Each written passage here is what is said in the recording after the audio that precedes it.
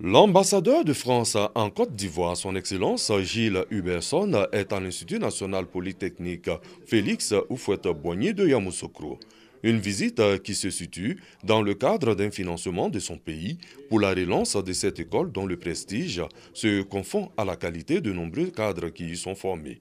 En 2015, la France, à travers le contrat de désendettement et de développement CED, a octroyé 34 milliards de francs CFA à l'Institut national polytechnique Félix Houphouët-Boigny pour sa réhabilitation et pour certains aspects pédagogiques au profit de ses étudiants et de ses enseignants.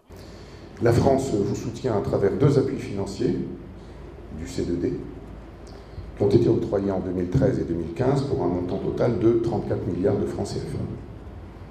Ces appuis couvrent principalement deux dimensions, la réhabilitation des infrastructures et leur extension, ainsi que l'acquisition d'équipements. Une visite des trois sites, INP Sud, INP Centre et INP Nord, a permis à Gilles Huberson et à sa délégation de voir de plus près les travaux effectués ou en cours d'achèvement. À terme, l'INPHB sera ce hub tant voulu par ses responsables et une fierté ivoirienne au service de l'Afrique et du reste du monde. Le président de la République, le Premier ministre, le gouvernement de la Côte d'Ivoire, ainsi que notre peuple ambitionne de faire de ce pays un pays émergent.